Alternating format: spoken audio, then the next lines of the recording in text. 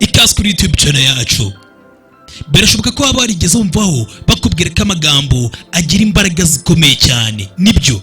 Ese ndamutse nkubwiye ko ururimi rwawe rushiye kuba rwazana ubuzima cyangwa se rugatera urupfu kundi muntu, wahita utangira ukabyumva nk'aho ibyo bintu bikubanye amayobera. Ariko guri kuhari nuko mu buryo buri spiritual realm cyangwa se mu buryo bw'umwuka, imvugo cyangwa se amagambo tugira afite imbaraga ameze nk'aho ari nk'agashashi kari mu ishyamba ryumagataye, gashoboye kuba katwika ishyamba ryose. Iyo usomye muri Bibiliya ugasoma mu Migani ibice 18, ahangaha niho usangamo neza ijambo ry'Imana ritubwira neza uko Salomo yatubureka tubwira ko uwishimira akoresha amagambo yose aba ari gukoresha agomba mbere na mbere no kwitegura icyo azasarura, cyaba ikintu cyiza cyangwa se cyaba ingaruka mbi. Rero igihari nuko ni ingenzi kugira ngo tubashe gusobanukirwa, tubashe no kumenya uko umwuka wera ashoboye kuba yabasha kuba yatuma aduhesha umugisha, aduha umugisha mu gihe twiza kuba twakontorora bimwe mu biva mu kanwa kacu. Umwuka wera akabasha kutugira neza. Umwuka wera ameze nk'umuntu nkatwe, agira ibyumviro n'amarangamutima.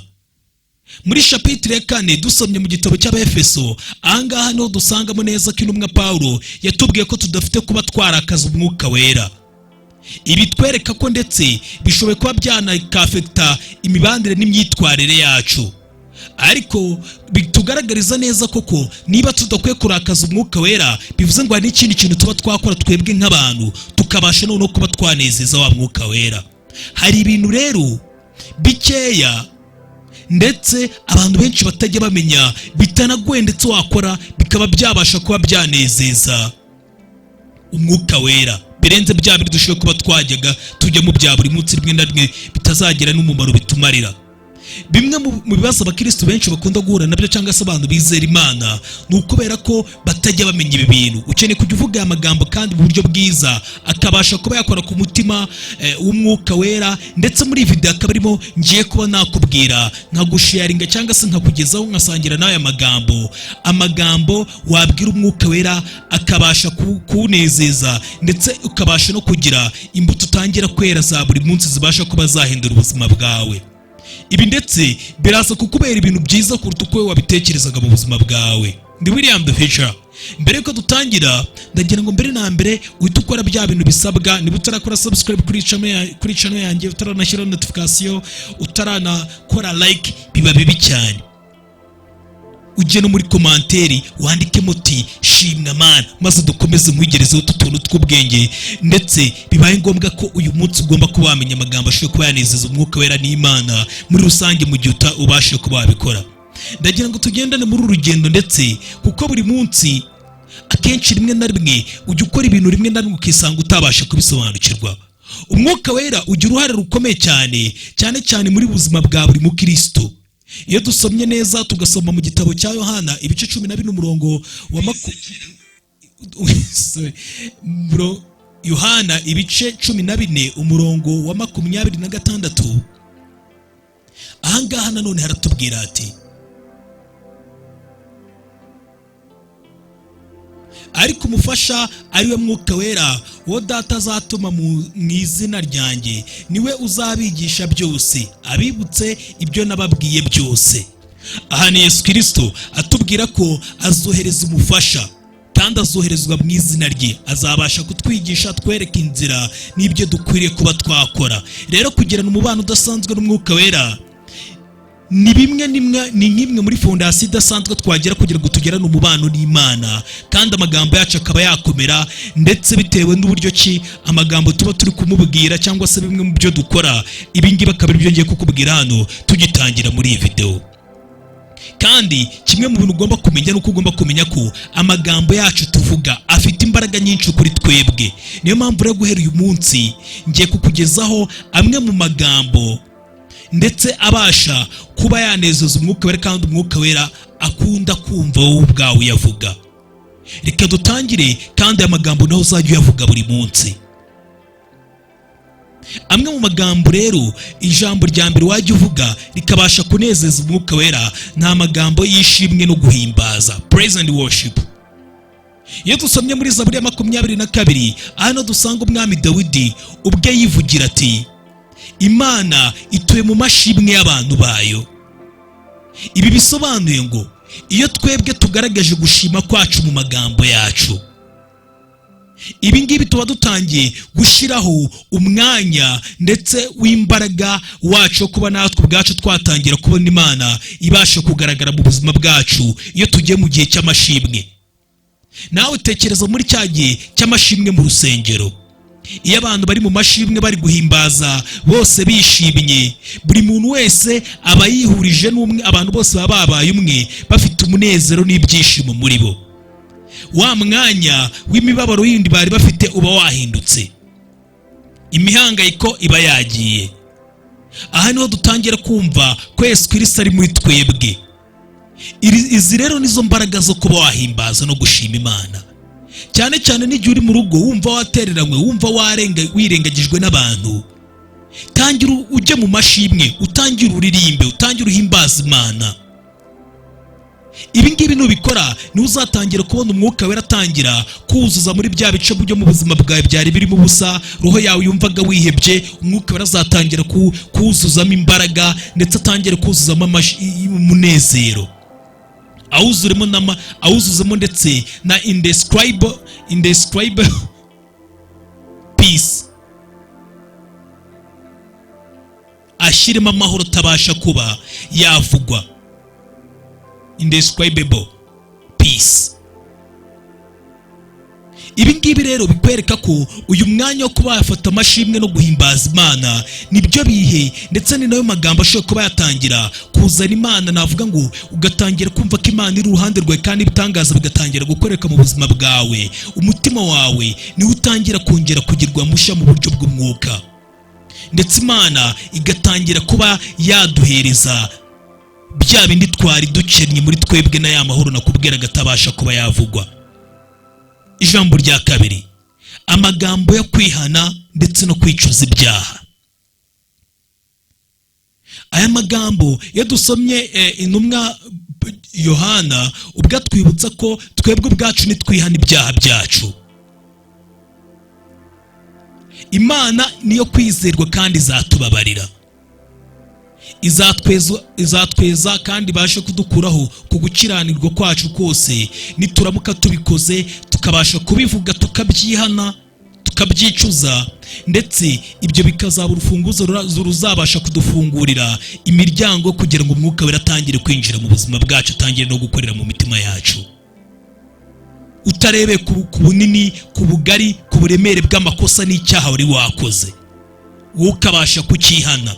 Urugero nk'iyo urebye muri Zaburi ya 51, aha Dawidi niho nyuma yo gucumura akoze icyaha cy'ubusambanyi na Batisheba, iki gihe Dawidi yararize agera imbere y'Imana asaba Imana ko yakongera kumuha umutima ukeye, umutima utunganye, asaba Imana ko yakongera ikamuha umwuka wera, kongera ukamuturamo, kongera ikamugaruzamo umwuka wayo.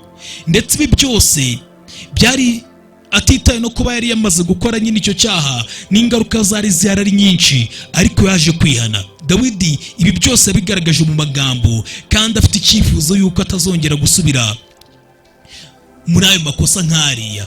Yasabaga umwuka wera kugira ngo umuyobore mu myanzuro yindi izaza imbere. Ndetse nk'umuntu twebwe twese turabizi, abantu turi abanyantege nkeya, hari igihe rimwe na rimwe twebwe turi kwigenza tudafite umwuka wera birangira twigwishije mu byaha tukagenda tukabijyamo. Rero biba bisaba kugira ngo wihane kandi usabe umwuka wera kugira ngo ari ubashe kukuyobora kugira ngo utongere gusubira muri ibyo byaha,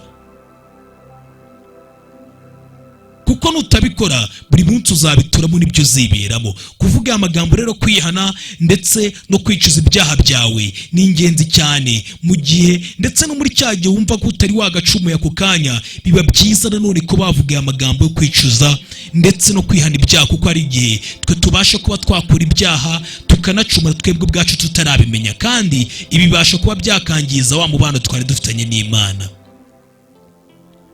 Kuba twavuga amagambo rero tuyabwira umwuka wera, hari igihe ngibi ndetse birushaho gutuma abasha kutweza, agatuma ndetse atwongera n'imbaraga muri twebwe, bikarushaho kugira ngo bitunganye ya nzira yacu yo kwera ndetse no kuba twakongera kwegereza tukaba hafi y'Imana. ijambo rya gatatu, ijambo ryo gushima ni ijambo ryo kunyurwa no gushima.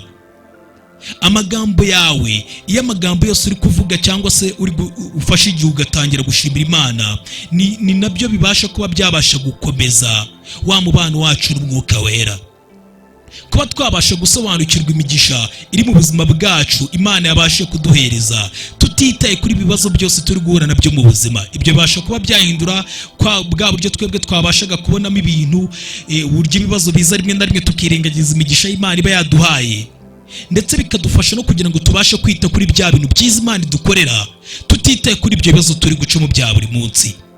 Nyagasani Imana idukorera ibintu byinshi birenze. Rero iyo tubashe kuba twanabimenya muri cya gihe dukomerejwe, muri cya gihe turi mu bigeragezo bikomeye, muri cya gihe tubabaye cyane, muri cya gihe twumva twaremerewe, ariko tugakomeza kubona imigisha y'Imana, tukarushaho gukomeza kunyurwa muri iyo migisha y'Imana, tukabasha kugaragaza gratitude, kunyurwa. Ibyo bibasha kugaragaza ko tuba turi no kwemeza ko Imana niyo kwizerwa. Ibyo tukabasha kugira umutima ubasha kunyurwa. Nk'uko turebye inkuru y'aba bembe 10 Yesu Kristo yabashe gukiza, twabasha kuyigiraho kubera ko iyi ni inkuru ivugwa muri Luka 17. Iyi ni inkuru y'urugero rwiza cyane igaragaza kunyurwa no gushimira. Kabone n'ubwo Yesu Kristo yari akimara gukiza bari ababembe 10, umuntu umwe wenyine muri bari ababembe 10 niwe wagarutse gushimira. Ibi byaje gutuma Yesu Kristo aha agaciro ibyakozwe hano. Rero ni byiza kugira ngo dushimire Umwuka Wera, cyane cyane ibyo waba uri gucamo, kabone n'ubwo byaba bikomeye, byaba biremere, byari bikomeye cyane, umushimire kuba uyu munsi uri muzima, ku muryango wawe umeze neza.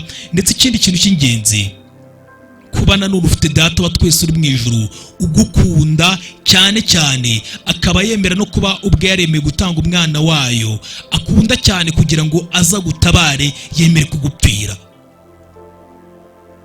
ndetse kugira ngo aguhereze ubuzima bw'iteka ryose. Gushimira rero, ibyo nanone ni bimwe mu bindi bintu bibasha kunezeza kandi bikanezeza umutima w'Imana, bifite imbaraga zo kuba byanahindura n'ubuzima bwacu twebwe dufite uyu munsi, bikabasha kutuzanira ya mahoro abasha kuba yabasha gutuma twese tubasha gusobanukirwa ibyo turimo, ndetse n'umunezero w'Imana abenshi batabona. Ijambo rya 4, ijambo ryo kwizera. Ese wari uzi ko kwizera, iri jambo ryo kwizera rishoboye kuba ari ijambo abantu benshi rimwe na rimwe batabasha gusobanukirwa?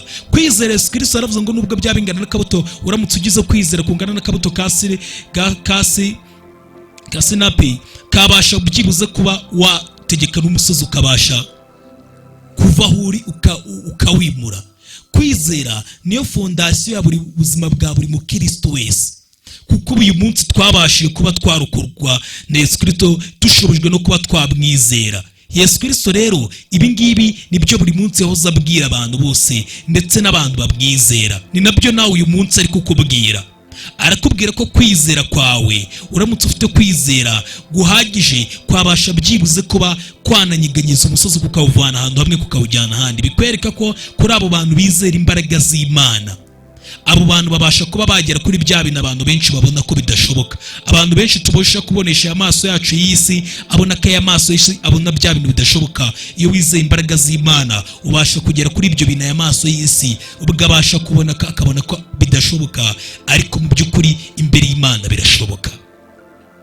Inkuru ya wa mugore waviriranaga amaraso, ibi ngibi bigaragara mu gitabo cya Mariko ibice 5. Ni urugero rwiza rugaragaza uburyo Yesu Kristo yabashe kuba yamuvura nyuma y'imyaka myinshi afite iriya ndwara idakira, ndetse yafatwaga nk'aho ari umuntu utarasaga, yari nk'ikivume, yari unclean muri sosiyete yari arimo.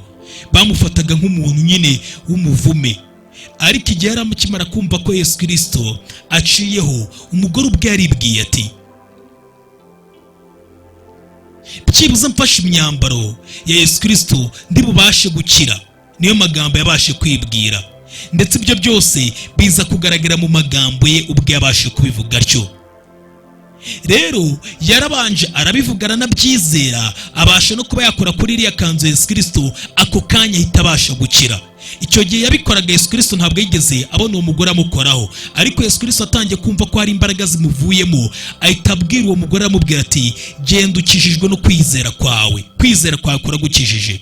Urugero rero rutwereka ko nk'uko umwigisha wacu Yesu Kristo ari we mukiza wacu, atwigisha ko ijambo ryo kwizera, iyo urivuganye kwizera kudashidikanya, ukavuga ko wizeye ukabivugisha akanwa kawe kandi biturutse ku mutima wawe udashidikanya, ibyo bibasha gutuma imbaraga z'Imana zibasha kuza mu buzima bwawe, zikabasha kunesha bya bintu byinshi nakubwiye ngo aya maso yacu yareba ababona bidashoboka, ariko icyo gihe bikaba bigashoboka, bigashobokera n'imbere y'abo bantu bose.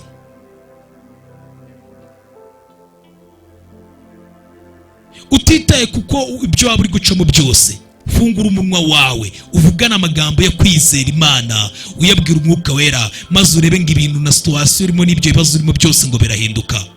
Yaba ari ibibazo by'ubuzima, yaba ari ibibazo byo mu rushako rwawe, yaba ari ibibazo bya mariage, yaba ari ibibazo bya financial cyangwa se ibibazo by'amafaranga, cyangwa se ibibazo by'ibindi byose byo mu buzima, byo kwiga n'ibindi byose, iyo uvuganye amagambo yo kwizera abasha gukomeza umutima wawe, kandi bikazana n'Imana itangira gukora ibikorwa mu buzima bwawe. Ijambo rya gatanu uzavuga rikabasha nanone kunezeza Umwuka Wera kandi rikagira impact nziza ku buzima bwawe. Gusenga ubudasiba. Uburyo bwiza dufite kuri isi bwo kuba twabasha kuba twavugana n'Imana mu buryo buri direct ako kanya, mu buryo buri spiritual, ni ukujya mu isengesho. Abakristo benshi rimwe na rimwe iki kintu ntabwo bajya bakizera, usanga no gusenga rimwe na rimwe no muri society turimo ubona abantu benshi barabifashe nk'aho ari ibintu byoroshye. Iri ni ikosa rikomeye cyane. Abantu benshi nta nubwo bumva ko ngo bazi gusenga, ukabona bafite guhangayika kwinshi, ariko banze unyumve neza, untega amatwi hano. Ubundi twebwe mu bijyanye no gusenga, ikimana ito cyane ntabwo ari ukureba muri ya magambo twebwe tuba turi gusora, ari amagambo tuba turi kuvuga, oya, ahubwo irebana n'umutima wacu turi kubivugana, ikareba neza koko niba ibyo umuntu uri kuvuga biri kugendana n'ibiri kuva ku mutima. Nkuko turebye mu gitabo cy'Abaroma, Bibiliya itubwira neza koko twebwe ubwacu ntabwo tuzi uburyo bwiza bwo gusenga, ahubwo Umwuka Wera ubasha kudufasha mu masengesho yacu, kubera ko rimwe na rimwe tuba tutazi nuko dukwiriye gusaba ndetse n'ibyo dukeneye, ahubwo Umwuka Wera akabasha kutwingingira, ngabasha no kutunihira iminiho itabasha kuvugwa.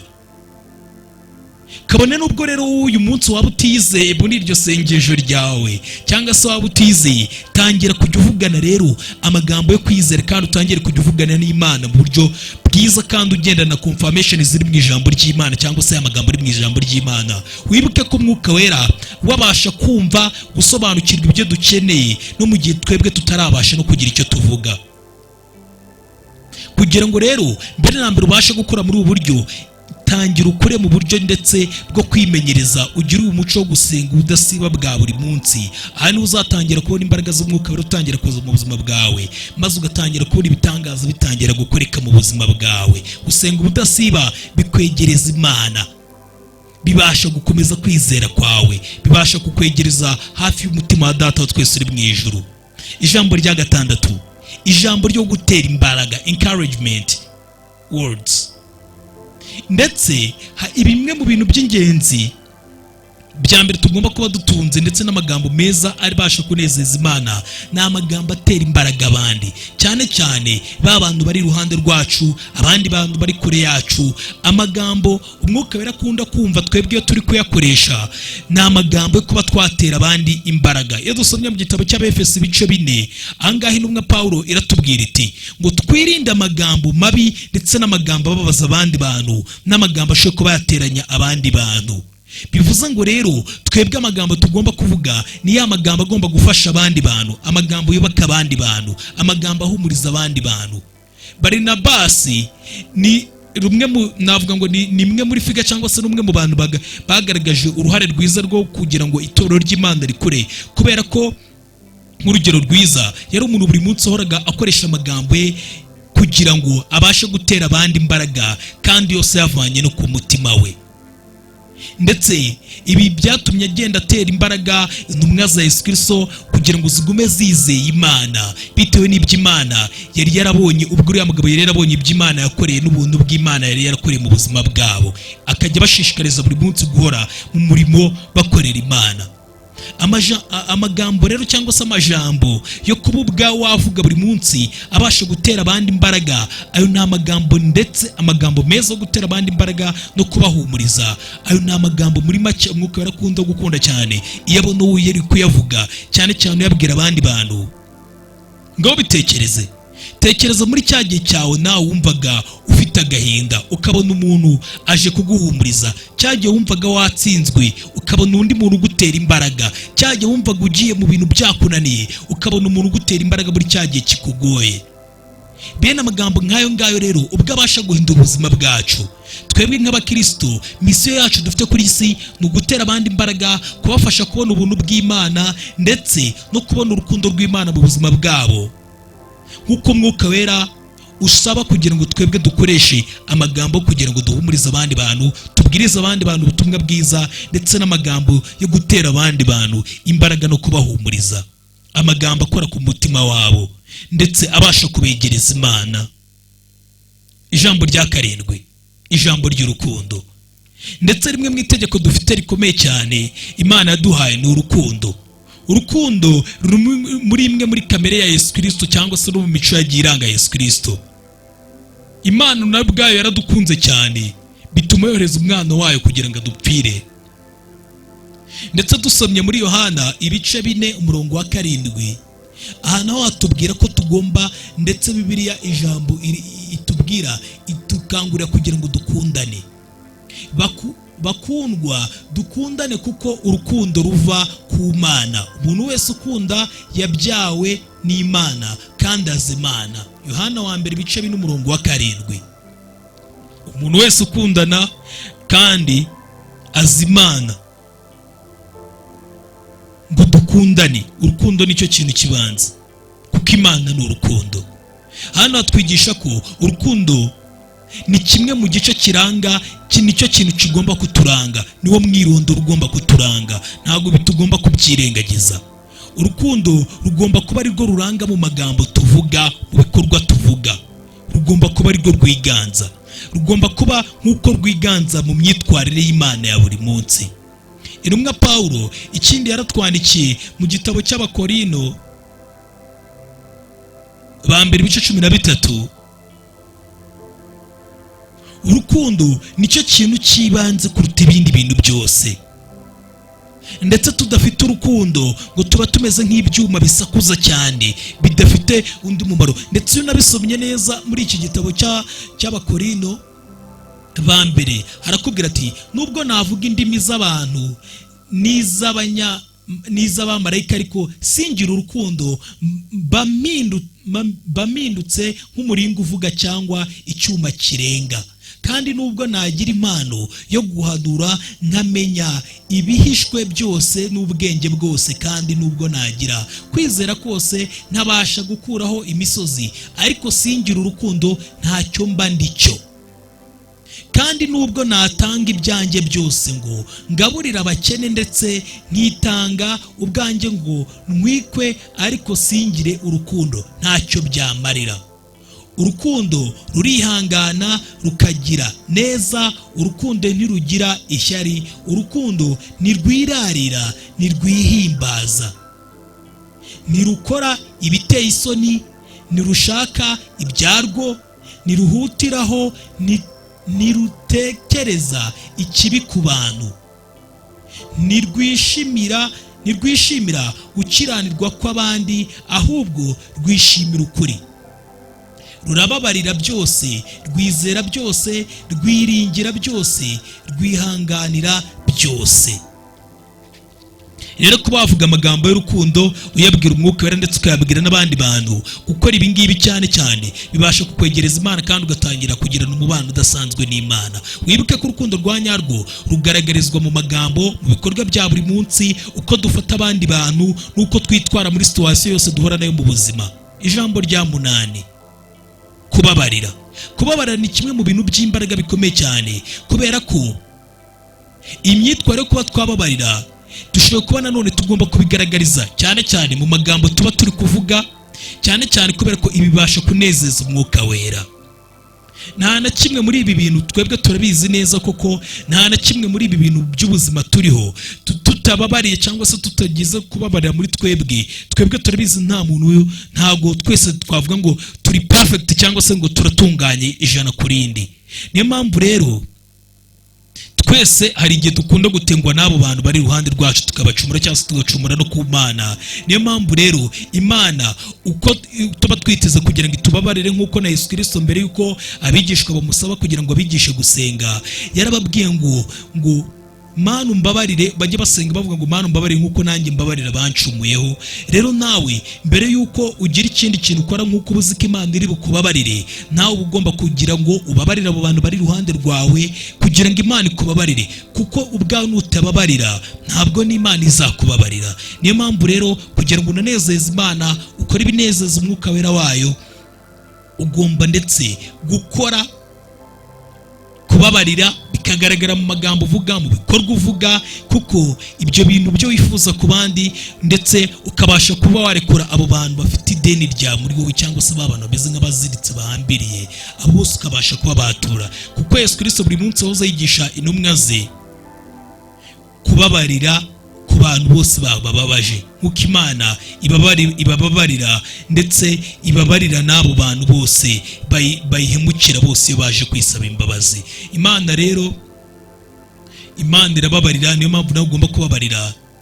Rero ko bavuga amagambo rimwe na rimwe ukayibwira ko wababariye abo bantu bose bakubabaje, ukabiha umwuka wera ukabibabwira, niwe ubasha kuba yatuma mugirana umubano udasanzwe kandi ikarushaho kugukomeza, ukarushaho no kunezerwa mu buzima bwawe. Iyo wanesheje umwuka wera nawe urushaho kunezerwa. Umuntu rero nakugira nabi cyangwa se ukagira umuntu uguhemukira, mubabarire kugira ngo nawe Imana izarushaho kukubabarira, kuko nawe icumura inshuro nyinshi, kandi biba byiza ko basaba umwuka wera kugira ngo arusheho kuba yakomeza kubana nawe muri situwasiyo yose uri guhura nawe, ukabasha gukira ndetse no kongera kugaruka mu mubano wayo n'Imana. Kubabarira rero ni bya bindi bibasha kuguha ubwisanzure n'umutuzo kuri abo bantu babariye, nawe ubwawe bikazana amahoro ndetse bikabasha no kuba byaguhereza imbaraga zo mu buryo bwo mu mwuka. Ijambo rya 9, ubutabera no guca imanza zitabera. Ibyo bigomba kukuranga. Kuvuga amagambo y'ubutabera ni bimwe mu bintu bigomba kuranga buri mukristo, kandi bimwe mu bintu binezeza Imana, cyane cyane iyo turi gukora mu bikwiriye tugakora tugakiranukira Imana, umwuka wera uranezerwa cyane. Cyane cyane iyo turi kusa nkaho turi gushakisha ubutabera mu magambo yacu no mu bikorwa byacu, mu byo dukora akaba ari byo bituranga. Nkuko dusomye ibice 5 umurongo wa 24 mu gitabo cya Amose, haratubwira ati ahubwo ureke imanza zitabera zigende nk'amazi, no gukiranuka gukwire hose nk'uruzi rusandaye. Ureke imanza zitabera, ureke imanza zitabera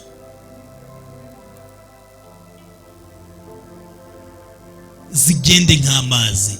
Ibi bisobanuye ngo ubutabera bugomba kuba ari bwo bubasha kuba bwatugendamo mu busanzwe, nk'uko Data wa twese atajya abasha natwe kuducira cyangwa se kuduhemukira. Niyo mpamvu natwe tugomba kugaragaza ubutabera mu byo dukora cyangwa se mu byo turimo byose, kugira ngo tubashe kunezeza umwuka w'Imana. Ugomba kwibuka ko Imana ubwayo ndetse ntabwo ireba nk'abantu, ireba ndetse nk'Imana, ntabwo ireba nk'uko twebwe tubasha kureba. Ndetse ibyo byose ubutabera bw'Imana bushingiye mu rukundo n'imbabazi. Niyo mpamvu rero ugomba nawe kuba ugomba kurangwa n'ubutabera no guharanira gukiranuka muri buri byose, wemera umwuka wera kugira ngo ari ubasha kuyobora mu myitwarire yose no mu mico yawe yose no mu myanzuro ufata, kuko amagambo buri munsi abasha kuba yose ugomba kujya ukora agomba kuba arangwa nuko Imana ifite uruhare mu buzima bwawe bwose. Ijambo rya 10 ni ijambo ry'ubwenge. Hanyuma rero akaba ari n'icyo jambo rya nyuma tugiye gusorezamo muri iyi video.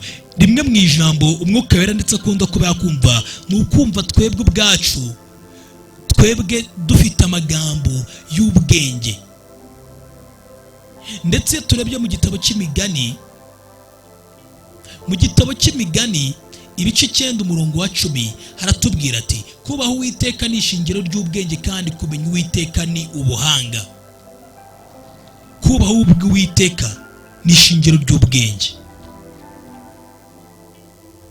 nibyo bita kujijuka. Ndetse iyo tumaze kuba twamenya, mu gihe dutangiye kuvuga amagambo y'ubwenge, twerekana ko dutinya Imana kandi tugashaka buri munsi kuba twabaho dukurikije inyigisho aduhereza mu ijambo rye. Ubwo bwenge bubasha kudufasha kugira ngo dufashe imyanzuro ikwiriye, tukirinda imitego y'umwanzi Satani, tugatangira kubaho ubuzima bunezeza Imana. Nk'uko umwami Salomo yaje gufatwa nk'umwe mu bagabo bigeze babaho b'abanyabwenge kuri iyi si yacu, agasaba Imana ubwenge kugira ngo abashe kuba yayobora ubwoko bw'Imana akoresheje ubwenge. Imana ikaza kumuha ubwenge bwinshi. Ntabwo ari ubwenge gusa, ndetse ikindi Imana yaje kumuha n'ubukire n'ubutunzi nyine n'icyubahiro, kubera ko yasabye ubwenge. Ibi twereka ko buri gihe cyose icyo ari cyo cyose tugomba ndetse kuba twasaba neza kandi tukagaragaza ubwenge kugira ngo tugire n'ibindi twongererwa mu gihe turi gusaba ubwenge buva ku Mana. Ndetse burya tugasaba no kwera, Imana ishoboye no kuba yaguhereza n'ibindi byose bigenda byongeraho. Ariko mbere na mbere wasabye kwera cyangwa se wanasabye ubwenge buva ku Mana. Reba uko amagambo yawe uvuga niba usaba ubwenge cyangwa se imyanzuro ufata niba iri mu bwenge buva ku Mana, ugasaba ko Imana igomba kukuyoborana n'ubwo bwenge, kugira ngo nibyo byose biraza na bindi biza ku ruhande. Hari amagambo rero umwuka wera akunda gukunda, nayakubwiye. Niba ushaka kugira ngo uzajye ugeraho ibintu byawe buri munsi cyangwa se ibintu ushaka mu buzima bwawe bigereho, koresha amagambo buri munsi kandi abizi ubuzima bwawe buzahinduka. Nuramuka ukoze ibi bintu nkubwiye kandi ukemera guhinduka, byose bizabasha gutuma ubuzima bwawe n'urugendo turimo ubasha kugera kubyo wifuza. Ubwo dusoza video rero, ndizera ko iyi video wayikunze, ndizera ko iri buhindura ubuzima bwawe. Kandi niba uri gushaka nka video nk'izi ngizi zishobora kukwigisha ibintu bishya, zishobora kukwigisha uburyo ki ubuzima bwawe bwahinduka n'ibindi byinshi, wajya ukora like kuri video yacu, ndetse ugakora na subscribe, ugakora na share ku nshuti zawe, ku bandi bantu bose wumva ko bakwiriye kuba bareba iyi video, ikabasha kuba yabafasha n'ubuzima bwabo bugahinduka, nabo bakagira umunyenga wo kuba muri Yesu, bakagira umunyenga wo kuba mu buntu bw'Imana no gusobanukirwa Imana, uburyo iki Imana itanga ubuntu bwayo. Imana ibaho umugisha. Kandi ujye muri komanteri udashima Imana uvuga uti Mana nshimiye ubuntu bwawe.